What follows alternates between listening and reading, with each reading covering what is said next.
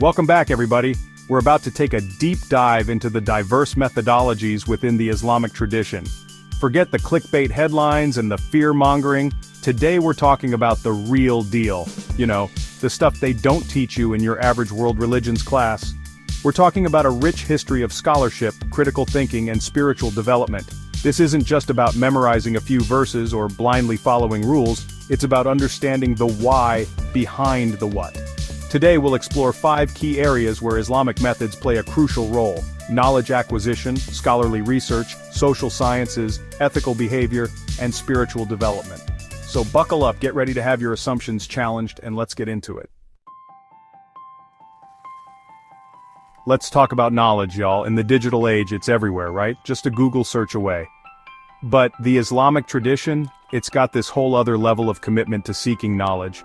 We're talking centuries-old traditions of scholarship, rigorous study, and debate.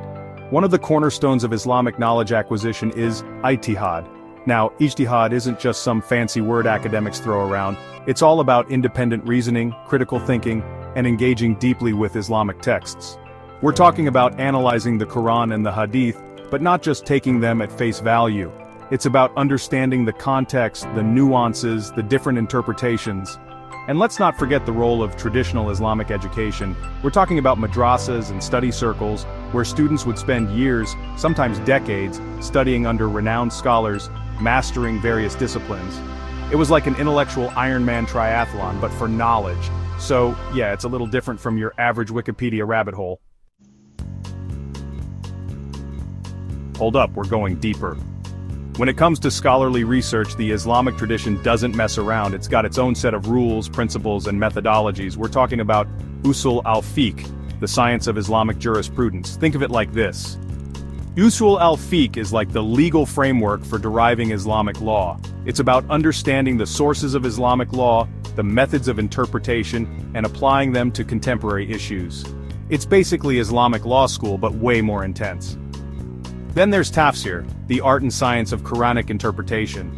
It's not just about reading the Quran, it's about understanding the historical context, the linguistic nuances, the different layers of meaning. It's like trying to crack the Enigma code, but for the Word of God. Alright, let's bring it back to the real world for a second. You might be thinking, okay, but what about things like psychology and economics? Where does the Islamic method fit in? Well, hold on to your hats, folks, because Islamic principles have been influencing these fields for centuries. Take Islamic psychology, for example. It emphasizes the interconnectedness of the mind, body, and soul. It's about finding that balance between our material and spiritual needs. It's like mindfulness, but with 1,000 years of history behind it. And then there's Islamic economics. It's all about social justice, ethical investing, and avoiding things like interest, riba. It's about creating a more equitable and just economic system. Forget Wall Street. This is about Main Street, about building a better future for everyone. Now let's talk ethics. In a world where everyone's shouting their opinions, the Islamic tradition offers a refreshing alternative, adab. It's all about good character, manners, respect, and humility. It's about putting others before yourself, being mindful of your actions, and striving to be the best version of yourself. But it's not just about individual ethics. Islam also emphasizes the importance of community and consultation, and that's where shura comes in.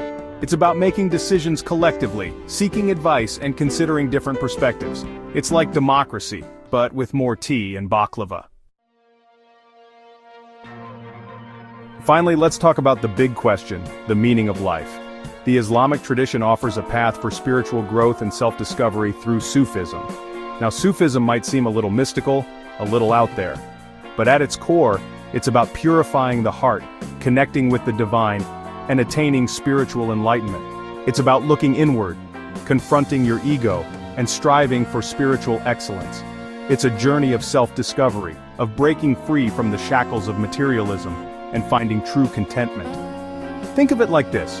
If knowledge is the foundation, and ethics is the framework, then Sufism is the roof, completing the structure of a meaningful and fulfilling life.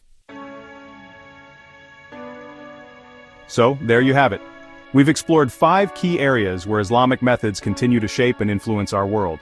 From knowledge acquisition to spiritual development, the Islamic tradition offers a rich tapestry of approaches, methodologies, and insights. We hope this has challenged some of your preconceptions and opened your eyes to the diversity and depth of Islamic thought. Remember, this is just a glimpse into a vast and complex tradition. There's so much more to explore, to learn, and to appreciate.